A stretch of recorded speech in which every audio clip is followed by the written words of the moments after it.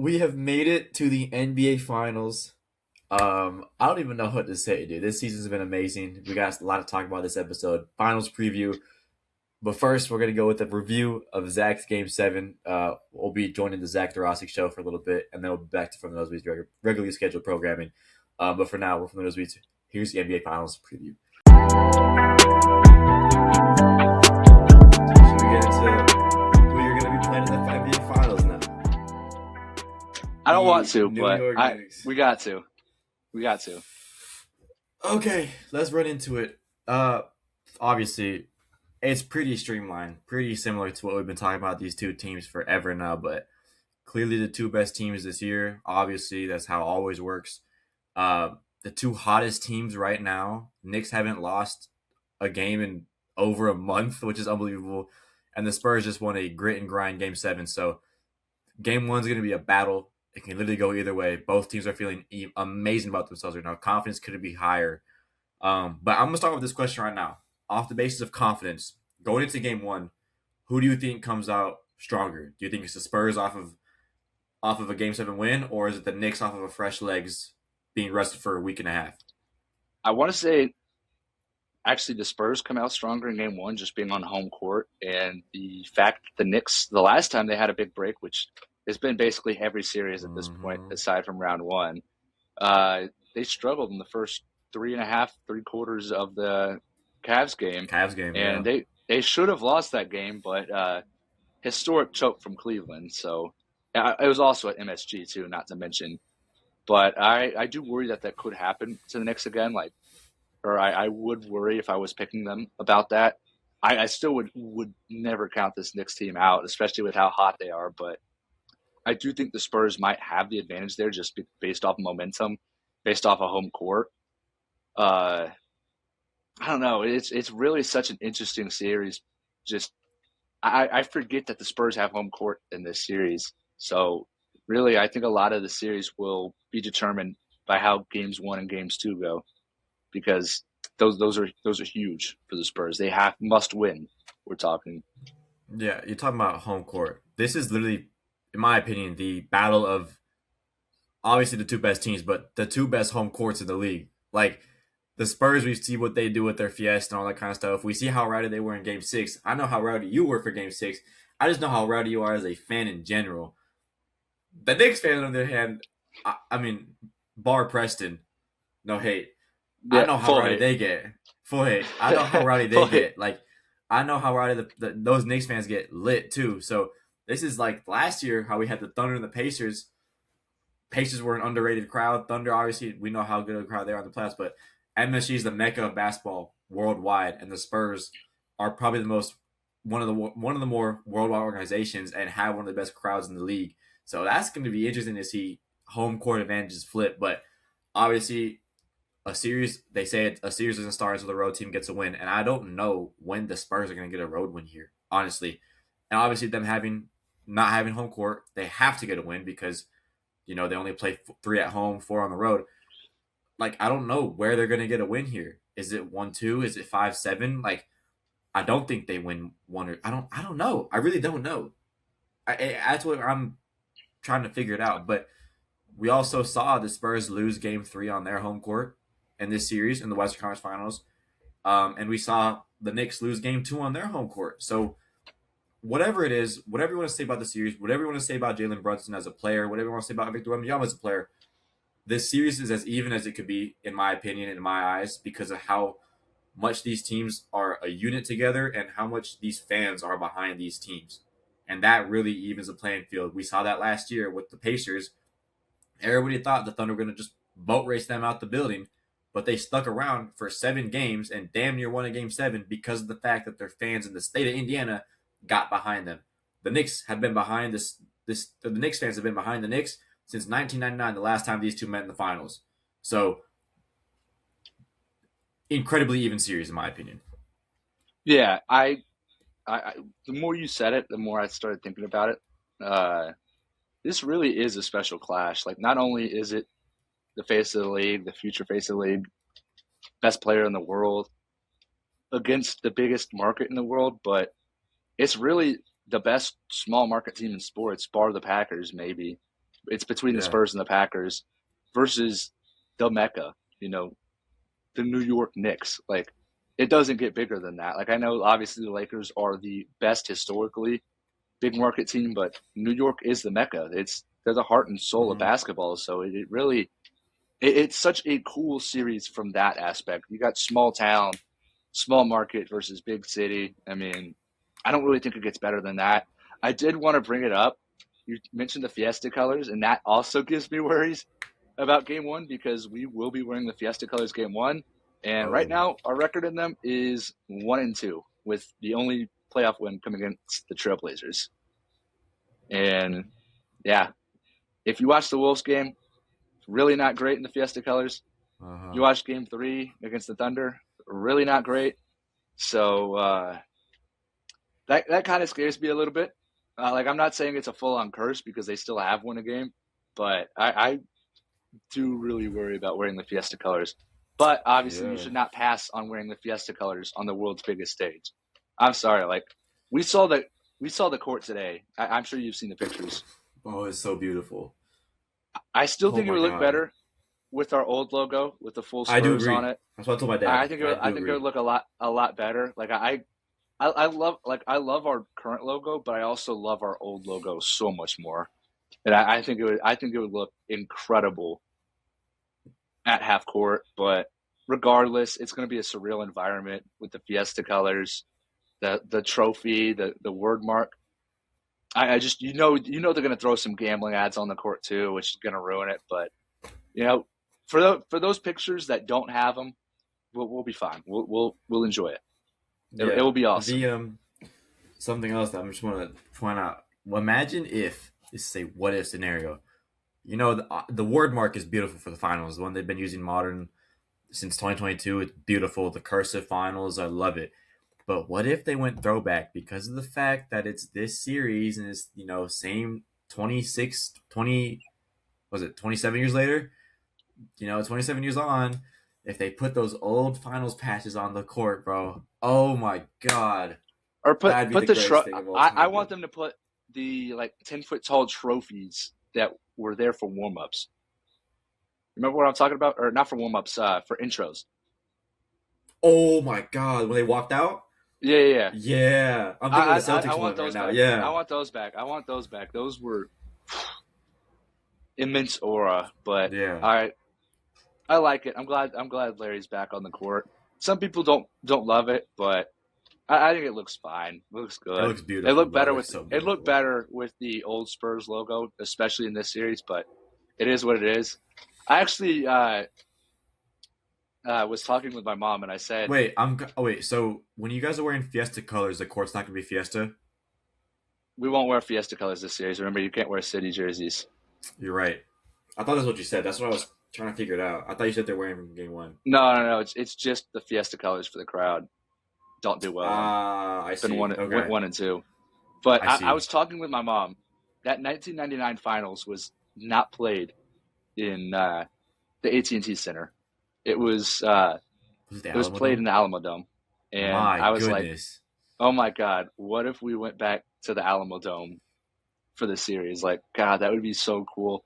It's too cool for the NBA to ever make it happen, but man, that would be surreal. I've got to go to a game at the Alamo Dome. I went to the highest attended NBA game ever back in 2022 2022. Yeah, 2022. or January. It was Warriors, Warriors, January right? 23. It was January 23 against the Warriors. Yeah, that was the year we were taking to Wemby. Let's just say it wasn't a great year. Well, it was a great year for us, but it was not great to be in the stands watching. And unironically, or ironically, up until this year, that was the year I went to the most Spurs games ever in my life. So I saw a lot of losing basketball. I watched a lot of Jeremy Sohan, and in that game, the Spurs got belt from the Warriors. And you know what was even worse? I was just telling my mom about it because we both went to that game. She took me to that game. Shout out, mom, love you. But Steph Curry had an awful game. So not only did we get blown out, but Steph had an awful game. My favorite team got blown out. My favorite player ever played like shit, and it was a boring game. like, God, I feel bad for everybody else who showed up too because the Alamo Dome is such a cool environment. I can't get over it. I know I'm big on basketball should be played in arenas, not stadiums, but it was very cool for a one-off game. It was really cool to Mm-hmm. see. Honestly, Steph's results there, not to change the topic too much, made me think that there's a bit more to the shooting depth perception, like we talk about Yeah, with March Madness. Like absolutely. even the greatest shooter of all time could be thrown off by that. But regardless, it'd be cool. But it's a fever dream. They're never going back to Yeah, it Alamo Dome. absolutely is. Maybe a Um, one-off game, but still. yeah, maybe a Uh, one-off, but not in the NBA Getting back to the Finals. actual series, how do you see it playing out from a Knicks perspective? How do the Knicks win this series? From the Knicks' perspective, it's you. If I'm the Knicks, right? We just saw what the Mhm. Thunder had tried to employ against Wemby. If I'm the Knicks, if I'm Mike Brown, I'm just saying flat out, I can't beat Wemby. I don't think anybody can. I don't think I can absolutely. My team cannot beat Wemby. But what we can do is we can use our strengths to overwhelm them. And I think that's what a lot of teams should be doing when you're playing a guy like Wemby, is saying, just admitting the fact, he's the best player in the world. There's nothing you can really do against him. He's going to get his way on offense. He's going to get his way on defense. But if we can maximize our strengths, and our strengths are shooting, much more shooting than the Spurs, um, honestly, a little bit quicker, in my opinion. I think they can push the tempo a lot more and not have the Spurs set their half court defense as much, which is kind of one of the critiques that I have from the Thunder in Game 7, that they didn't really do. They didn't push the ball a lot in They had tempo, success which when they did it too. They exactly had they didn't success when really they did do it a in the lot. first So half. yeah, the Spurs or the Knicks love to do that. So push tempo. I think that's a big key. And I think the biggest one is get Cat space, like pockets of space that he doesn't have to make a big decision of whether he has to like attack Wemby or anything like that, even Cornette. But don't make him play so far outside where he's forced to take a long three. Find that mid range area. See if you can develop a little bit of a mid range shot over the course of the series, or see if you can employ more passing like he has been doing this entire playoffs. Mike Brown's finding an amazing role for him in a facilitating playmaking role, because a lot of teams guard him in a way where they try to force him to score, and that just opens up a little dump to another corner. Um, Obviously, the Spurs though have an amazing elite defense, especially on the perimeter with guys like Castle, Harper, Fox. Like those are fast guys on the perimeter. But if you can just have Cat sit in a mid-range spot and on the elbow and make those playmaking passes, like the right reads, I think using your strengths, like I said, using your strengths to the fullest potential is how you win this series. And as hard as that is to do, it's not easy to win the championship, no matter who you're playing. But it makes it a little bit harder when you're going against a guy who's on literal goat path starting Wednesday night. So I think that's how what I would do if I'm Mike Brown. Tell my team, I'm like, Wemby's the greatest player in the world. There's not a lot we can really do about that. He's going to get his way no matter what. But we just have to play our game. And that's really what basketball is about. Playing your game, playing your strengths as a team. It's a team sport, not individual. Um, and that's what I would employ as a game plan in this series. And you can make adjustments along the way. Mike Brown has been a great job in making adjustments. He did that in the Hawks series. He did that in the Cavs games, like in individual games. He did that in game one. We saw one of the greatest comebacks of all time because of Mike Brown's adjustments and finding the matchups that he can exploit with Brunson against Harden or anything like that. Shamet against Mitchell, anything like that. He's really good at employing adjustments mid game, and I think that's going to be amplified on the world's biggest stage in terms of basketball. So that's where I think the Knicks win. But I don't. How do you think? Yeah, I really agree with your whole take about transition. I think the Spurs get caught lacking a lot of the times in transition. Obviously, we have the great transition. We have some great transition plays. Speaking of Luke Cornett, uh, Devin Vassell has a few huge ones too. Same with Champagny, but it, uh, it's key for the Knicks to succeed because they just dominated Cleveland in transition. It was ridiculous what I was seeing, especially with how well they've been shooting. That's honestly one of the things that worries me the most is how well they're shooting because Mikal Bridges notably hates the Spurs for whatever reason. He's probably going to shoot 90% this series. Landry Shamet can't miss, so he might go for 100% this series from deep. Like he only missed once in the conference finals, right? Like that was the Yeah, I think that's what the stat was. It's just unbelievable. uh, unreal. Uh, if the Knicks win 4 more games, I wouldn't be surprised if there's a lot of kids being born in New York with the first name Landry. But man, just unreal from them. OG also gives me a lot of worry because I feel like he's always Mm-hmm. good against us. He's always a physical presence. He's just annoying because he's such a good player. I don't know how to explain it. He does everything on the court so well that it gets frustrating to an extent. Like it's not Mikal Bridges frustrating because Mikal Bridges is frustrating because I don't think I've been very critical of him. I don't think he's the greatest player ever. He's certainly proving me wrong this playoff run, but man, he hates the Spurs for whatever reason. He always torches us. So I'd worry there. Getting more into just the Spurs aspect of it. I know I'm not talking about how the Knicks could win that much, but I Go think ahead. transition is I was really going to just the ask you key about to the the game. Spurs. Uh, I'd say also for the Knicks, sorry, before I get into the Spurs, I'd also say, well, this kind of goes for the Spurs too, abuse the non-Wemby minutes because Absolutely. I just don't think Luke Cornett can hold off Mitchell Robinson on the glass. Even if Mitchell Robinson's hurt, he's still going to dominate the A offensive glass. unit, And dude. Yeah, he's a we unit. saw that. We saw that even with Wemby on the court in the NBA Cup final. Like it was ridiculous. He's one of the more impactful players in basketball, period, I'd say.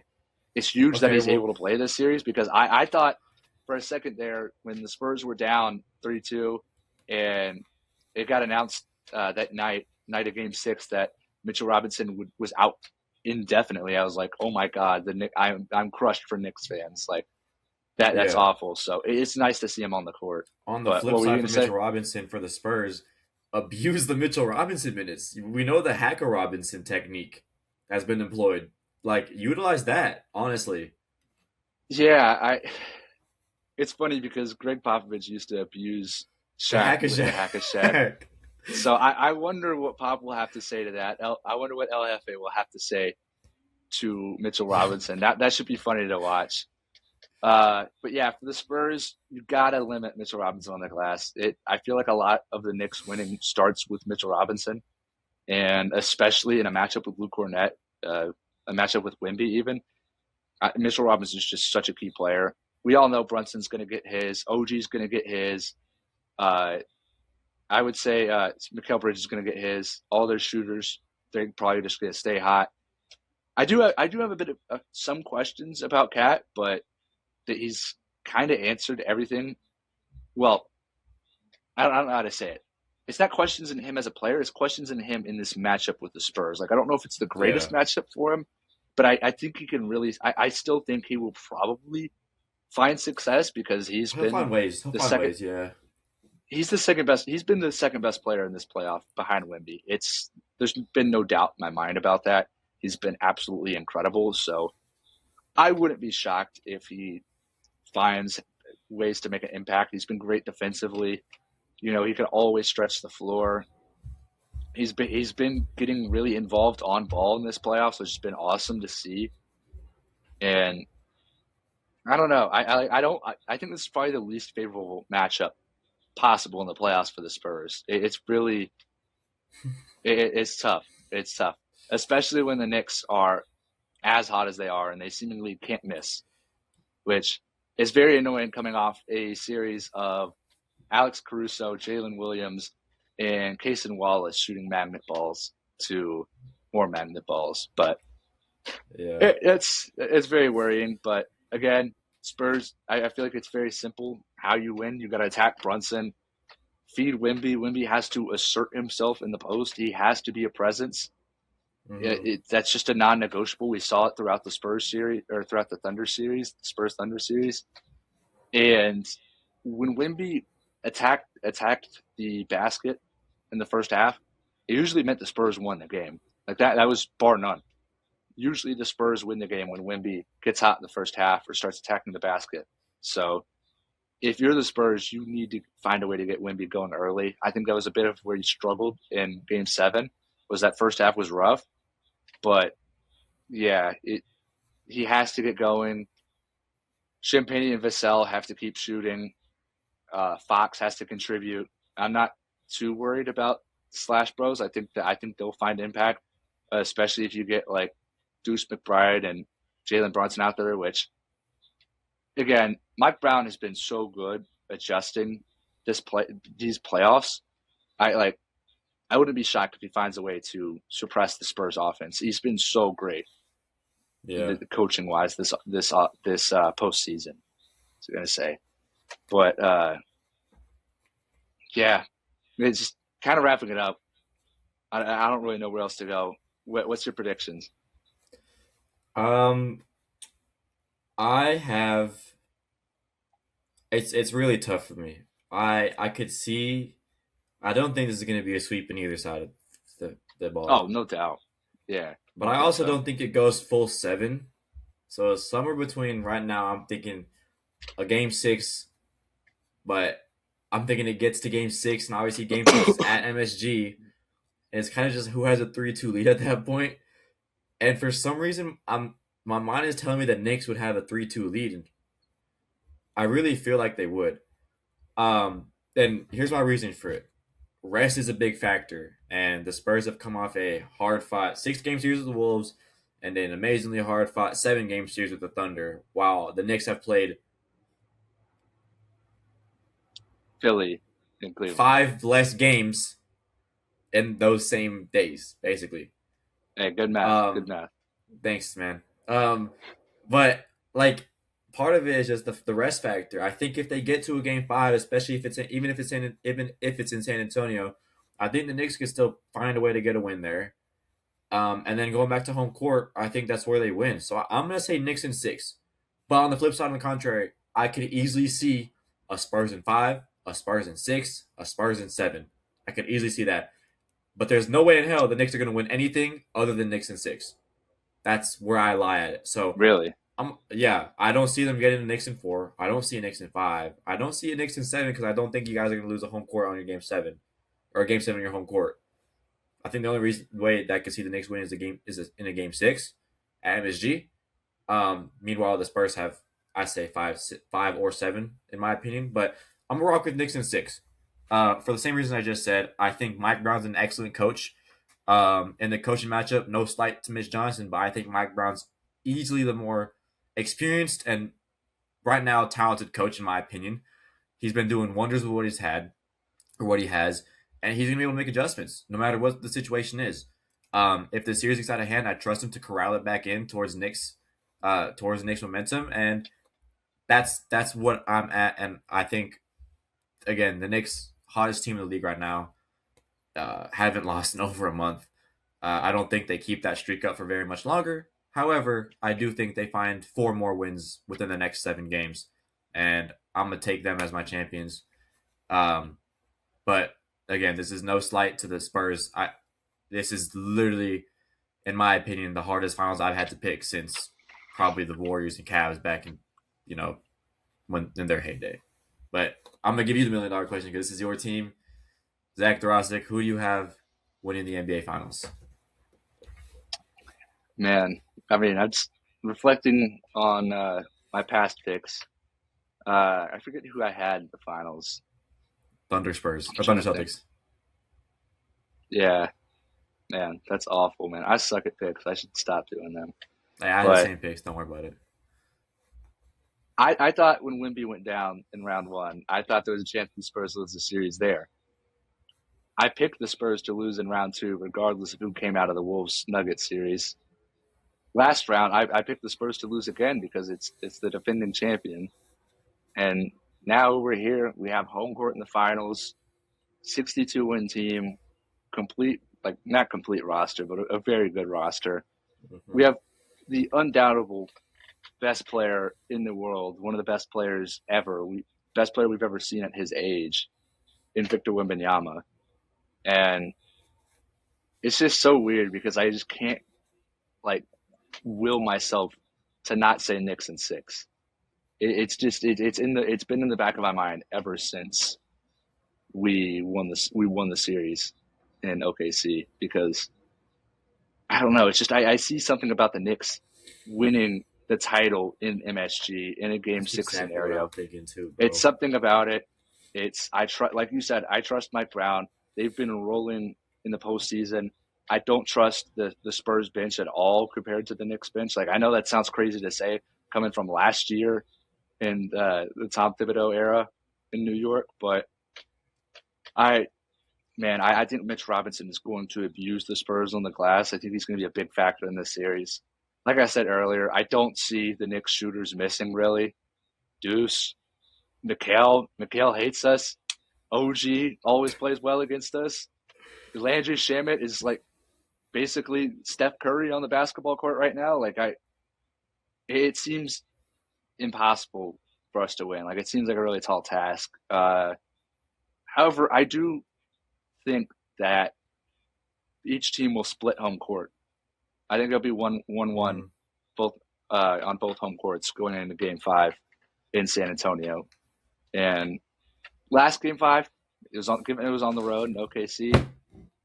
Was not great, but I just you know Brunson's going to get his. Brunson is a much more difficult matchup for Castle than Shea.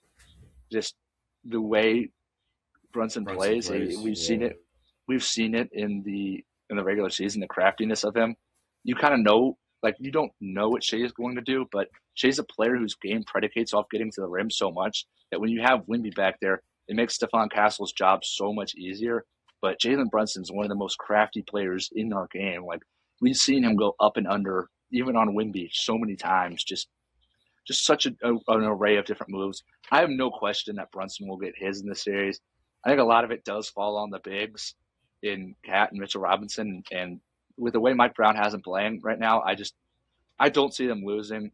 Obviously, it'd be a crushing defeat for the Spurs, but it's been an unreal season, and we've surpassed every expectation. So I wouldn't be devastated. I don't know. I feel like I would be devastated because we've already gotten so far, but I don't really see us pulling out this series. I feel like we're so young.